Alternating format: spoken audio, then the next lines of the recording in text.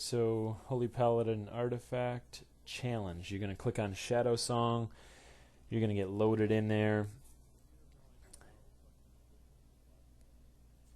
And we are in Stage 1. So I am a little overgeared for this. This is one of my alts, so I'm a little late to the game. But as you can see, my spec and my gear, I'm using the legendary bracers and the legendary hands. I just find that the longer blessings and that extra instant cast heal is nice. Also, having that lay on hands is pretty nice on a 1.5 minute cooldown. Bestow Faith is nice, just instant cast heal. Throw it on somebody that you know is going to take damage. And I go with the double beacon. So you get started off here, and phase 1 is all about killing ads and keeping everybody alive. You'll notice that I just repentanced that archer before the mana drain went off, so anytime you see a blue arrow, it's always going to be targeted on you, and you either interrupt it like what I'm doing right now with a repentance or something like that, or you allow it to hit one of your allies. Instead of draining your mana, it will do damage to them. Another main ability other than this mana drain is coming up soon. It'll be like an Arcanist casting Arcane Blast. And notice how that Arcanist gets bigger every cast. So the objective is wait until the Arcanist gets like, I don't know, 3-4 stacks pretty much until you can't heal through the damage, then stun them or interrupt them in some way, and it will reset the stacks, and so it makes it more manageable.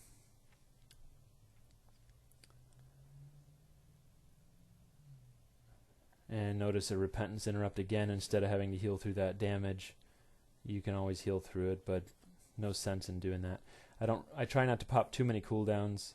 I didn't try extremely hard for this because I am overgeared, but it definitely would be doable without the gear that I have.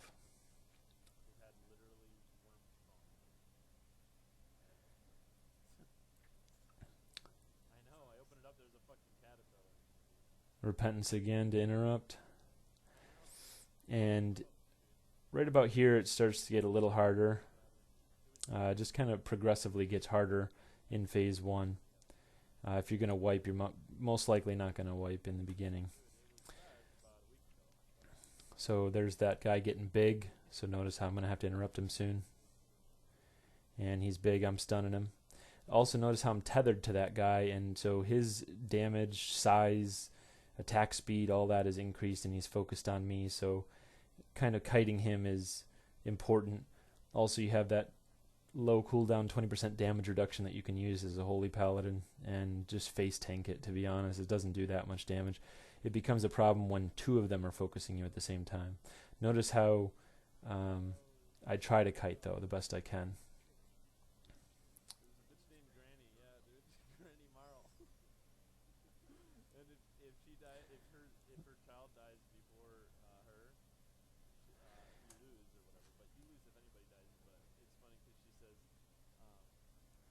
Alright, getting followed one last time, and another set of ads here. Coming out soon. You can kind of see what's going to be next. They're not aggroed yet. They're targetable, but you can't really attack them yet. Notice how I'm still trying to run. I got my rocket boots. People are getting low. I just popped one of my minor cooldowns there. The minute and 30-second one. I stunned because he's getting big. I haven't popped Avenging Wrath. I haven't popped my artifact weapon. Those are all things that you could do right about now if you're having trouble healing through it.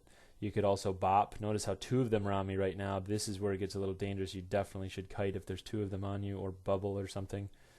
Or bop yourself, something like that. Do not let any of your people die, because then it'll be the end. This one coming up will, I don't know, I guess that would be the hardest. Pretty much the final stages of this phase 1 is the hardest. But notice double tethered again. So just try your best to kite when you get that, especially when there's 2 of them. If it's 1, it's not a big deal. If it's 2, it's a lot of damage. It's just avoidable. There's no sense.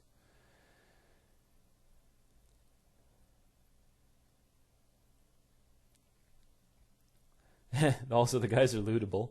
They dropped some junk, so I was going around looting them. I don't know why. I just was bored, I guess.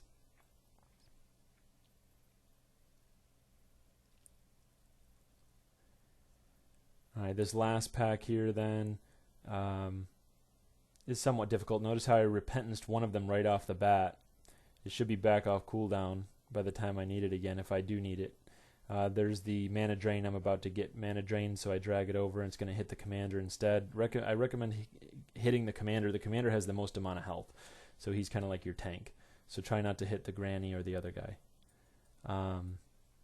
Another one, I actually do hit granny here, just because I think it was easier. But notice how granny's taking a ton of damage there.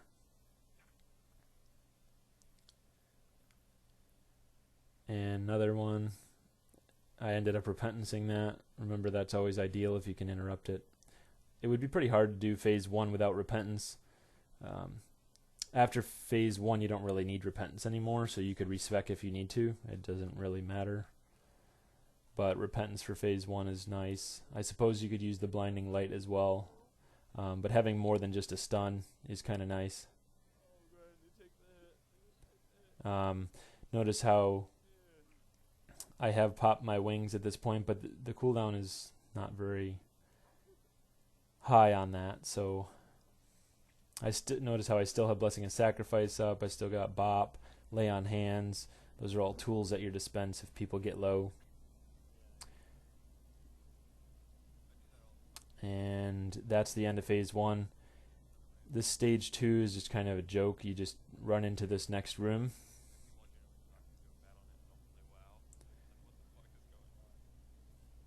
And your people run in here too. And then it automatically just goes to stage 3. So everybody kind of goes into a bubble. And you can see that here.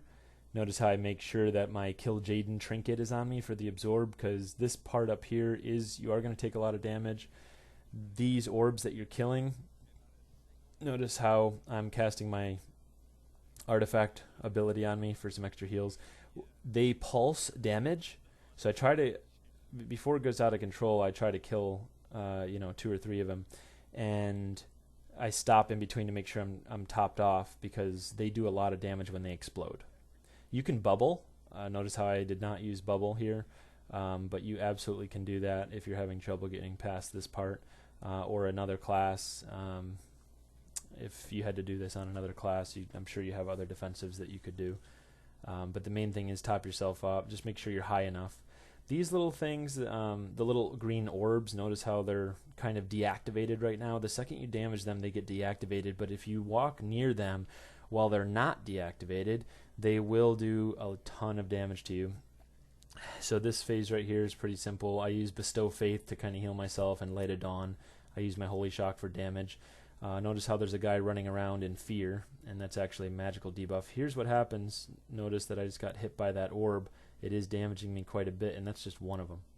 So after you cleanse that guy who's feared, you won't get feared from him anymore, and then you just heal these people up.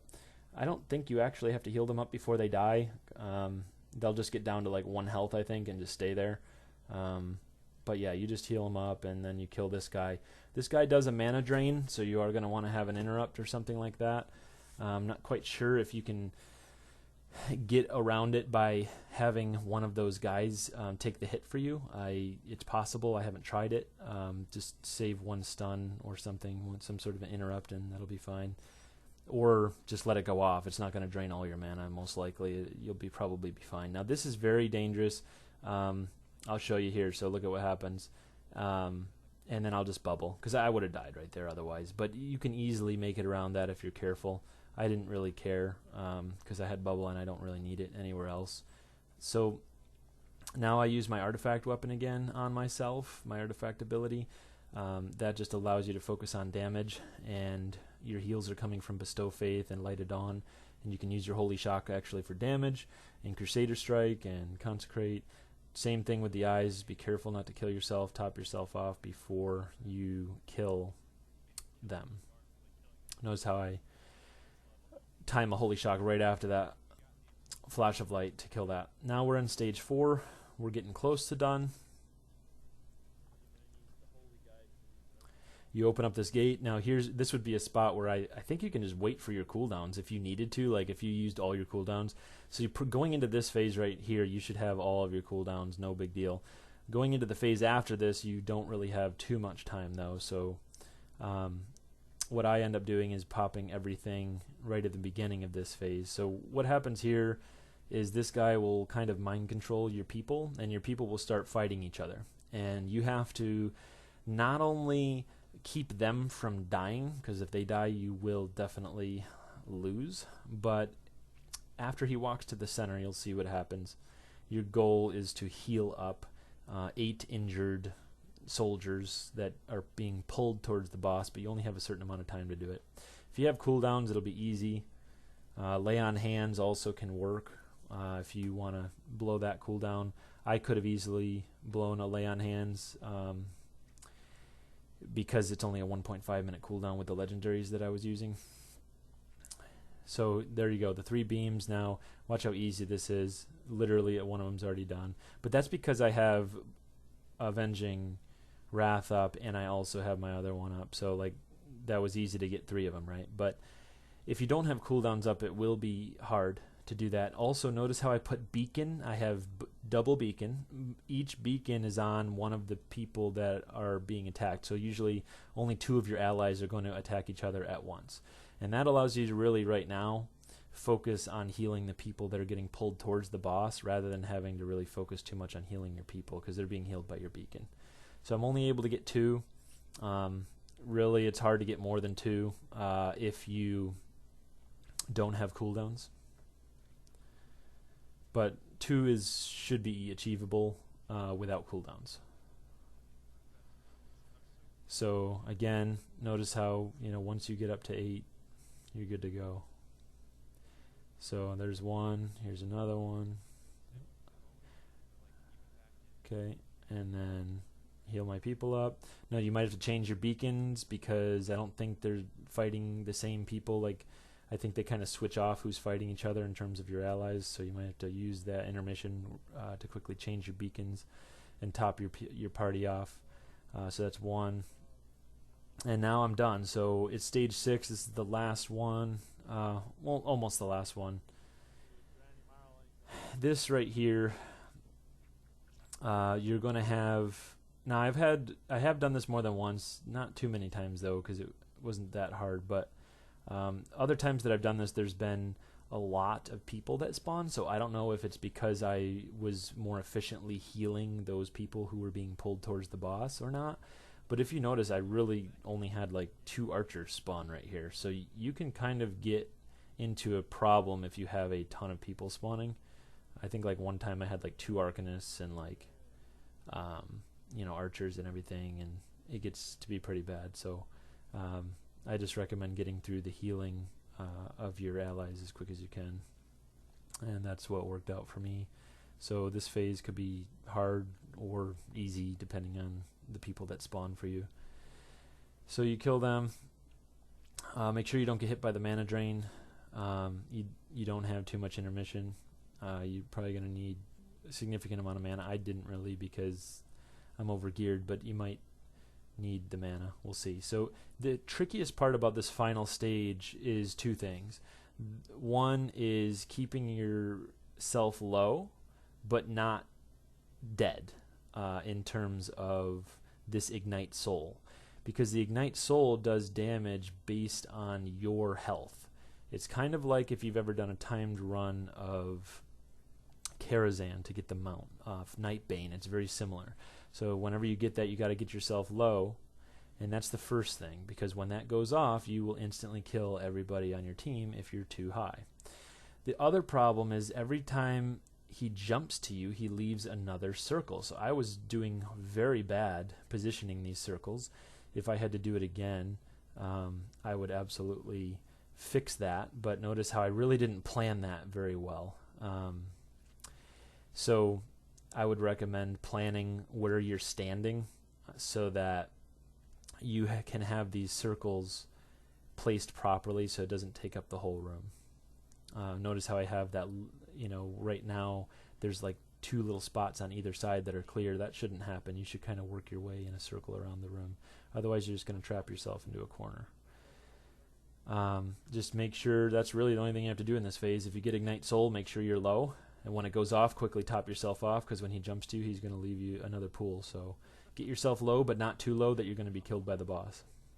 So notice I'm low. I'm ready to heal myself, though, right as it goes off.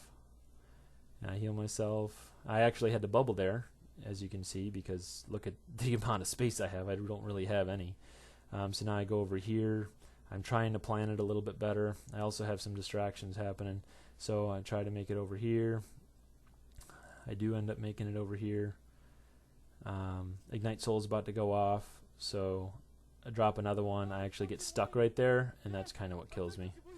But notice how the boss died anyway, so it didn't really matter even though I died. So that's pretty much the whole thing. Good luck with yours,